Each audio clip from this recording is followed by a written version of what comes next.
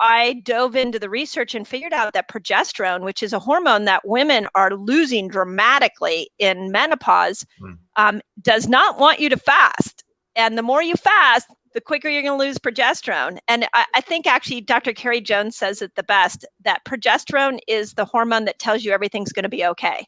And it's really true, because my husband would say to me, even to this day, sometimes he's like, why are you worried about that? And I'm like, I don't know. Because if this happens, and then this is going to happen, and then if that happens, that's going to happen. And I can now understand when I'm like, oh, okay, that's right. I don't have the hormone to tell me everything's going to be okay. So let me go ahead and feed that hormone so I can start to bring that hormone back. What are some of the best foods to feed progesterone? So progesterone likes things like squashes, potatoes, beans, citrus fruit, tropical fruits, grass-fed beef, but these are not typical keto meals. Yeah, they're flex days. They're flex days. Yeah, they're flex days. That's right. So this was the hardest thing. I went from 6 meals a day, eating good quality food, to fasting all the time and doing keto all the time, to, okay, now I've got to, the week before my cycle, I got to really be mindful to step out of ketosis and lean into those foods. And that changed. I mean, my cycles got right synced back up the minute I did that. I've now really looked at every little aspect of a woman's hormonal cycle, and I've made a few tweaks in that early initial thought, but that is the general gist, is that week before you need to step out, and you got to, and it doesn't mean sit on the couch and eat ice cream. It means you got to step out, and then you've got to really focus on building progesterone. So that's a power tip for you all. And I'm going to dive deep into keto flexing on Monday, and a lot of my research is from Mindy, but that's a power tip, because what Mindy is saying here is about 5 to 7 days before your bleed week, your monthly cycle, hopefully you're tracking it. That's when we want to actually step out of too much fasting, maybe not even more than 12 to 14 hours, right, Mindy? And higher healthy carbs. It doesn't mean you're sitting on the couch. Maybe you're upping it to 100 grams, 150 grams each day of those healthy carbs that Mindy spoke about, building those hormones, estrogen and progesterone. And then Mindy, when the period hits, that's when they could go more aggressive with the fasting and keto, right? Yeah. And if you're perimenopause, what typically happens is you can feel it. You kind of you start spotting, you start the anxieties. One of the things that I started getting was a little paranoid. I don't know. I'd be like, oh my God, I had this and paranoia is not an emotion I ever feel, ever. And then I would go, oh, okay, your mind is going a little wackadoodle right now because you need some progesterone. So I looked for those signs as I started to notice it over time. And it's pretty cool. I run a Dutch test on myself every July, and I'm seeing the hormones come a little bit up from where they were, which is very unusual. As a woman going through menopause, you don't see hormones typically go up. But when I mined progesterone, it's really making a big difference. That's cool. I love that you get the data with the Dutch test. Yeah.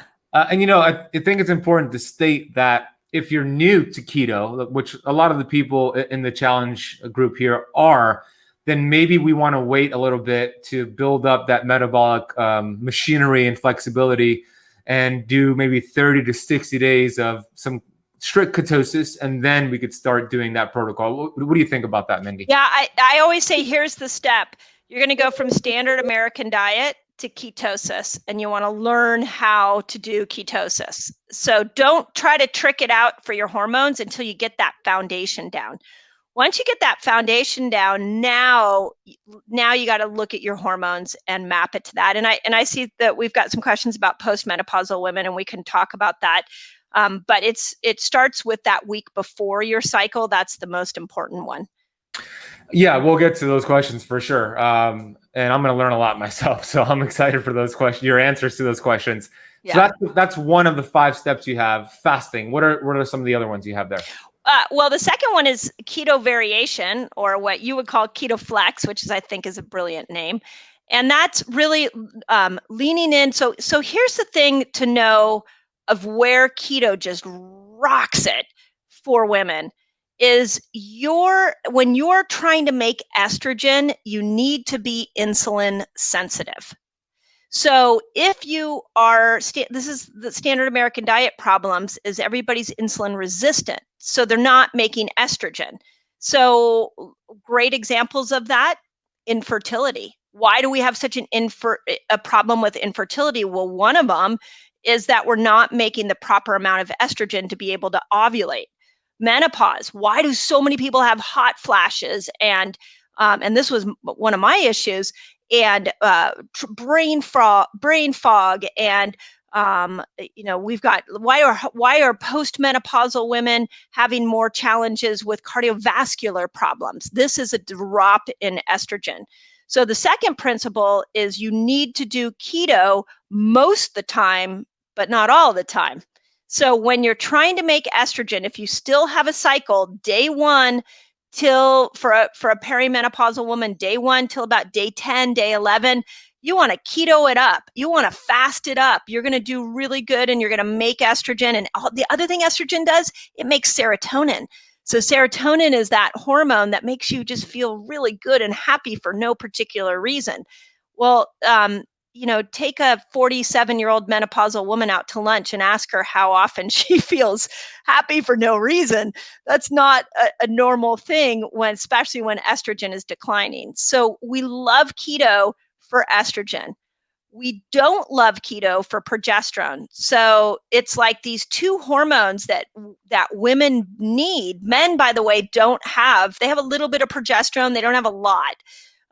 But they don't rely on progesterone to tell them everything's going to be okay. Women do. So when we get into that back half of your cycle, you really need to be able to step out of ketosis, but do it with smart carbs like the ones that I mentioned. At like 45, I started tracking my cycle for the first time in my whole life. Wow. And I'm like laughing. I'm like, maybe I should have done this like when I was trying to get pregnant. Like, yeah. If only they would have taught it to you in school, huh, Mindy? That's right. If only they had and this is the mission we're on, is how do we simplify this? And then let's teach it to the 13-year-olds. Let's teach it to the 17-year-olds. Let's teach it to the women who are paying $50,000, $60,000 to get pregnant and are up at night so sad that they can't get pregnant. That this will solve not only the menopausal symptoms, but this kind of information will change those people's lives. It will. It will. Absolutely. What about those who don't have a monthly cycle? Maybe they had a total hysterectomy or they are postmenopausal. How's that approach for them? Yeah, so that was a really common question. And here's how I'll just take you guys through like a 30-day period. And if you have a cycle, you'll kind of get an idea. I've now named this the fasting circle. And I got a whole book coming out on it. So stay tuned for that. Can you share the title yet, or is it not official yet? No, I'll fill you in, Ben. Okay. But we got quite a few publishers and agents looking at it now. So, okay. And everybody's got their 2 cents on it. Okay, we'll talk about it. Continue. Yeah. So anyways, I've created this thing called the fasting circle, and postmenopausal women, this is where you'll fit in. Women, the other thing that's really surprised me in being on a public platform teaching this is how many 30-year-olds, how many 20-year-olds don't have a cycle. It's crazy. That's a problem. We have to change that. So if you just start in a 30-day period from day 1 to day 10, your body's making estrogen. And so at that time, you can fast and do keto all you want. When you go into ovulation, day 11 to day 15, you really don't want it. You've got your most amount of hormones. You've got estrogen surging, you've got testosterone surging, and a little bit of progesterone. So there's like a 5-day period there where you can do some intermittent fasting. I think it's because testosterone is surging, I think it's a great time to go carnivore. I think it's a great time to up your weights and do more body, like trying to build more muscle. That's during ovulation period. That's amazing. So 5-day period there, intermittent fast, do more protein, up your protein, or up your, you could also up your green leafy vegetables, because you need to feed the estrobolome, which is the microbiome that breaks estrogen down. Then when you come out of ovulation, there's a 5-day period, about 4 or 5-day period where you can go back into keto, you can go back into fasting. So that's about day 16 to day 20. And then about day 20, you got to step out and you've got to go into what I call hormone building days. if you are fat adapted, you know how to fast, you can get away with about 13 hours of fasting, but I wouldn't do more than that. And then you're going to go into these hormone building foods. I recommend you keep your carbohydrates somewhere between 100 and 200 grams. And then you're going to do that until you bleed. Now, the question was, well, what do you do if you don't have a cycle? Well, you take a 30 days period, like I just said. I'll give you an example. You could do 10 days of pretty strict keto, maybe even low keto, where you're really keeping your carbs down.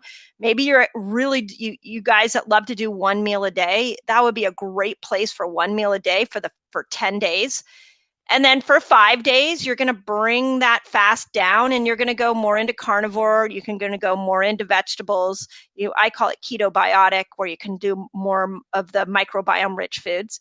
Do that for 5 days. Then you come out of that 5 days and you do 5 days of a lot more longer fast, more keto. And then you're going to do 7 days of 13-hour fasting with hormone building. So you can just take that to make your own 30-day cycle. Now, what I'm finding is that like postmenopausal women, now this really gets complicated. So if you're hearing this for the first time, just soak it in, and at some point you'll kind of see how this can work. A lot of women ovulate with the moon, a full moon. So if you're postmenopausal, I've created this thing called a fasting circle. It will come out in the new book. I am teaching in my academy. I'm pretty sure I'm going to put it out on Instagram over the next couple of months. So follow me over there. But it kind of shows you where you would go just around in this 30-day kind of routine, like I just explained. So you would start, if it's like, we're doing this in my academy right now, where it's a full moon on the 26th. So on May 26th. So a lot of the postmenopausal women are making sure that they're in that ovulation window, doing carnivore and doing like a 15-hour fast at that point. But I have it all mapped out on a visual aid. I call it the fasting circle.